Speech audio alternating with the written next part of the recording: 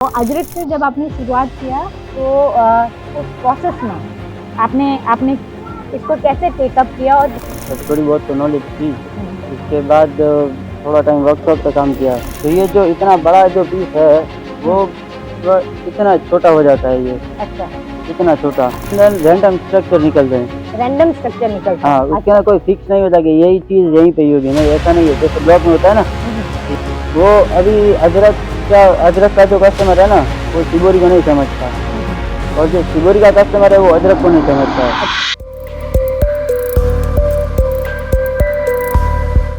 आज की बात का ये सफर नॉर्मल नहीं है, ये एक सिविलाइजेशन तक का सफर जो सदियों से चला आ रहा है, क्योंकि कोई उसे चलाने की जिम्मेदारी ले रहा है। ये कहानी है एक 20 साल के कारीगर की, जो जिसके सपने उसकी उम्र से बड़े हैं और जिसके पैशन शायद इस सफर से भी लंबा है। हर रोज वो एक रास्ता तय करता है, पर वर्कशॉप तक का नहीं, अपनी पहचान को बनाने का। जब दुनिया अभी जागी रही होती है, वो अपने काम के बीच में होता है, कपड़े को देखते हुए, प्रिंट को समझते हुए, क्योंकि कारीगरी सिर्फ रोजगार नहीं है, कुछ लोगों के लिए ये विरासत को आगे ले जाने की जिम्मेदारी है, जो उम्र नहीं डेडिकेशन देखता है। नमस्कार, मैं सुजाता कालरा, फाउंडर रेबे एंड ट्यूलिप इंडिया, आप सबका स्वागत करती हूँ एक और कहानी, एक और हाथ और एक और कारीगर जो अपने विरासत को आगे बढ़ा रहे हैं। और सबसे खास बात यह है कि इस कारीगर के साथ मेरा रिश्ता बहुत पुराना भी है और नहीं भी है, और इन कारीगर का अजरक के साथ बहुत पुराना रिश्ता है और नहीं भी है। ये दो सिचुएशन लेके मैं इसलिए चल रही हूँ, ये इसका आपको जैसे जैसे एपिसोड आगे बढ़ेगा आपको अंदाजा लग जाएगा। पर अभी खास है, कारीगर हमारे साथ है, एक और कहानी है, एक और यंग कारीगर हमारे साथ बातचीत करने के लिए रेडी है, जिनका नाम अमन खत्री है। अमन, अपने बारे में कुछ बताइए। जी, मेरा नाम अमन खत्री है और मैं अजरकपुर कच्छ से बिलोंग करता हूँ, और 2 साल से मैं अजरक और शिवोरी के अंदर काम कर रहा हूँ। वैसे तो बचपन से ही काम कर रहा हूँ, लेकिन एज अ प्रोफेशनल 24/7 मैं 2 साल से काम करता हूँ। अमन को मैं लगभग पिछले 2 साल से 2-2.5 साल से, जब से मैं अजरकपुर आने लगी हूँ, मैं तब से जानती हूँ। इनके फैमिली के जो दूसरे कारीगर हैं, उनके साथ मेरा शुरुआती दिनों से काम के सिलसिले में मिलना जुलना होता रहा है। तब मैंने अमन को बड़े होते हुए देखा है, जहाँ पे कभी रिटेल आउटलेट में वो कस्टमर को असिस्ट करते हैं और अपनी बेस्ट तरीके से अजरक को प्रेजेंट करने की कोशिश करते हैं। आज मैं पहली बार इनसे एज अ कारीगर मिल रही हूँ। इससे पहले हमेशा मैं as a sales person retail outlet में मैं इनसे मिली हूँ। अजरकपुर में हमारे जो कारीगर हैं, उनकी खास बात ये है कि उनकी डिग्री भले ही प्लस माइनस हो, पर उनका क्राफ्ट में इंटेलिजेंस वो बराबर है, चाहे वो छोटा है चाहे वो बड़ा हो।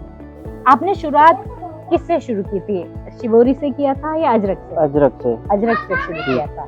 तो अजरक से जब आपने शुरुआत किया तो उस प्रोसेस में आपने इसको कैसे टेकअप किया और क्यों अजरक से शुरुआत करी? मतलब पहले से थोड़ी बहुत तो नॉलेज थी, जब स्कूल टाइम था तब थोड़ी बहुत तो नॉलेज थी।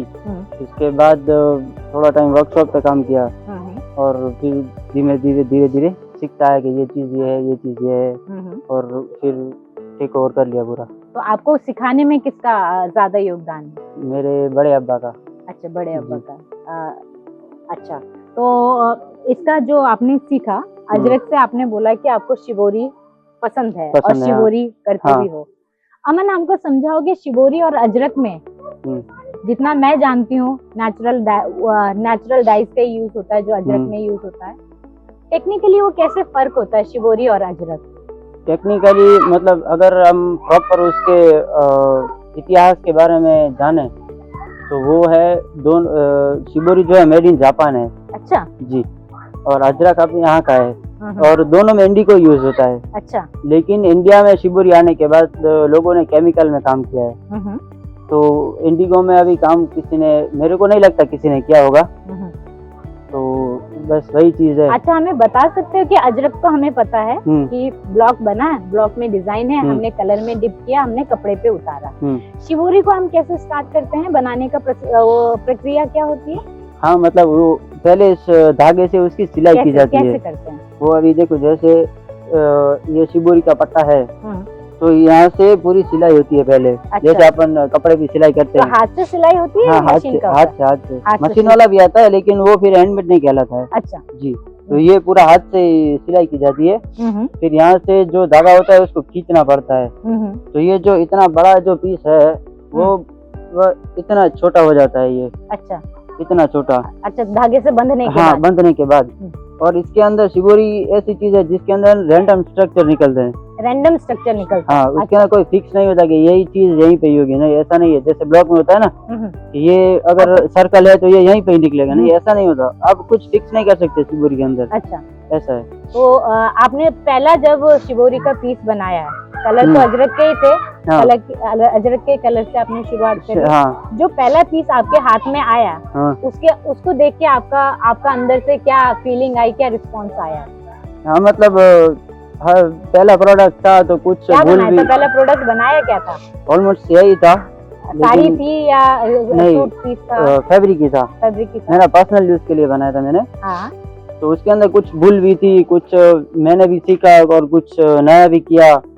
लगभग कितने पीस बनाने के बाद आपको लगा आपके हिसाब से ये परफेक्ट शिवोरी बन के आया है? मैक्सिमम कितने ट्राई करे होंगे? 30-35 पीस मैंने ऐसे। हाँ, 30-35 हाँ। पीस आपने? मतलब मेरा क्या है कि अगर मेरे से भूल होती है तो मैं वो भूल को सीखने की कोशिश करता हूँ कि वो भूल आई क्यों। तो वो चीज है। अभी इसके अंदर मेरी भूल बहुत थी, अभी सुधर गई है और थोड़ा बहुत मैं भी सीखा हूँ इसके अंदर क्या करना चाहिए, क्या नहीं करना चाहिए और कैसे करना चाहिए।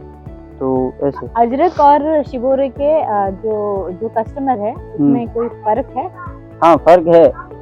वो अभी अजरक का जो कस्टमर है ना वो शिवोरी को नहीं समझता और जो शिवोरी का कस्टमर है वो अजरक को नहीं समझता है। अच्छा। और जो दोनों को समझता है वो समझ जाता है कि ये क्या है। अच्छा जी, अच्छा। ऐसा है। तो कोई ऐसा पीस है जिसमें आपने अजरक का भी प्रिंट डाला हो और शिवोरी का भी उसमें लुक देने की कोशिश करी हो आपने? हाँ, ये वाला है आपने। अच्छा, आप एक्सप्लेन करोगे कौन सा अजरक है और कौन से पार्ट पे शिवोरी है और ये कपड़ा कौन सा है?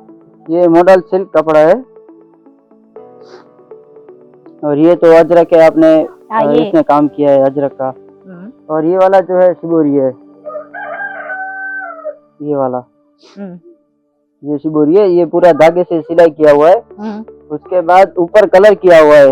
ये जो ब्लैक रेड और ये दिख रहा है ना, ये वाला कलर ये बाद में करा है? हाँ, बाद में किया है। उसके बाद इंडिगो में डाई किया है। अच्छा, उसके बाद इंडिगो में डाई करा। और ब्लैक कलर जो लिया है वो लोहे वाला ही लिया है जो हमारे अजरक में? हाँ, अजरक में जो यूज होता है वही। अच्छा। और ये रेड वाला है जो अपन मिट्टी का कलर बोलते हैं, जिसको मिट्टी यूज होती है और वो सब। जो जापान में शिवोरी बन रहा है और जो हम बना रहे हैं, दोनों में आपने कोई ट्विस्ट दिया है?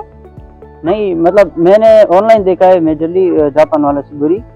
तो उसके अंदर पूरा इंडिगो में डालते हैं और उसके अंदर थोड़ा भरा हुआ कम होता है। अच्छा, ये जैसे ये लेरिया है, ठीक है, तो इसके अंदर थोड़ा पतला काम है। अच्छा। और वो जो मेरी जापान वाली शिवोरी है उसके अंदर बहुत भरा हुआ काम होता है।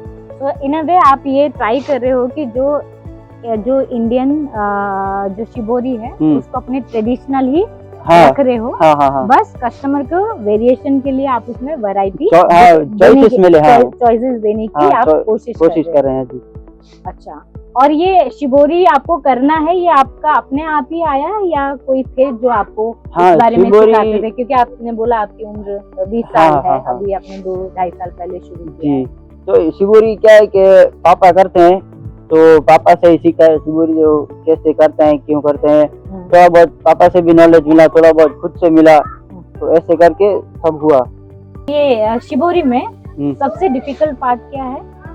ये सबसे डिफिकल्ट पार्ट है इसको खींचना। इसको खींचना मतलब सिलाई होने के बाद जो पीस को खींचना पड़ता है धागे से, वो सबसे डिफिकल्ट। चलो ठीक है। और शिवोरी को आप जब आगे 5 साल 10 साल के बाद आप अपने आप को शिवोरी के साथ देखते हो या अजरक के साथ देखते हो, या सोचा नहीं है? नहीं, मैं फ्यूचर के अंदर दोनों को साथ में लेके जाना चाहता हूँ, दोनों को साथ में जी। लेके जाना चाहते हैं। क्योंकि अजरक के तो आर्टिस्ट बहुत हैं और शिवपुरी के भी आर्टिस्ट बहुत है, तो ये कुछ नई चीज करने के लिए किया है। अच्छा। मतलब कस्टमर अगर चाहता है कि मेरे को ये चाहिए, हम्म। तो उसको चॉइस मिलेगी, ज्यादा से ज्यादा उसको चॉइस मिलेगी अगर क्या पसंद करना चाहता है। आज के एपिसोड में आपने देखा कि ऐसा नहीं है कि अजरक के साथ लोग एक्सपेरिमेंट नहीं कर रहे हैं। अजरक का नया रूप लाके अपने तरीके से उसका इंडियनाइज्ड वर्जन करके लोगों तक पहुंचाने की कोशिश कर रहे हैं। विद इन द लिमिटेशन हम नेचुरल डाइज ही यूज करें, हम इंडियन कॉन्टेक्स्ट को नहीं छोड़ें और हम अजरक को ही, अजरक के जो नेचुरल इंग्रेडिएंट्स है या जो सस्टेनेबिलिटी का हमारा लाइफ साइकिल चलता है उसको हम बराबर रखें। और उसमें बहुत कम उम्र के लोग भी अपना योगदान दे रहे हैं और बहुत आगे की सोच रखते हैं कि उसको कहाँ तक ले जाना है। और उनका विजन बिल्कुल क्लियर है कि कस्टमर को ट्रेडिशनल चीज़ों से बांधे रखना है, चाहे वो शिवोरी हो, चाहे वो अजरक हो या फिर कॉम्बिनेशन दोनों का हो। 20 साल की उम्र में इस तरीके का एक्सपेरिमेंट करना, जहाँ जिस गांव में हूँ, जहाँ सारे लोग अजरक पे फोकस्ड हैं, एक लड़का फैमिली से सीखता है कि मैं कुछ अलग करूँगा, थोड़ा सा भीड़ से अलग होने की कोशिश करूँगा, कस्टमर को नया कुछ देने के लिए मैं ट्राई करूँगा। आई थिंक ये जज्बा ही अपने आप में काफ़ी है और ये जज्बा कुछ हमारे कारीगर का होता है और कुछ बहुत कुछ हमारा आसपास का माहौल, जिस माहौल में ये बड़े हुए हैं, जिस आर्टिजन के बीच में वो अपने आप को ग्रो होते हुए उन्होंने देखा है।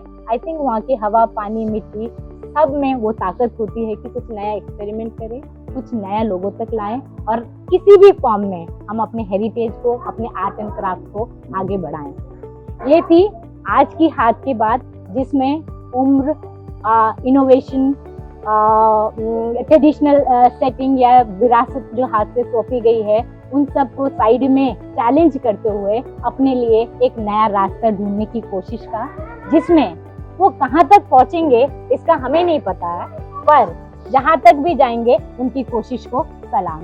मिलती हूँ मैं आपसे अगली कहानी में, अगले कारीगर के साथ, अगले किस्सों के साथ। तब तक के लिए अपना ध्यान रखिएगा।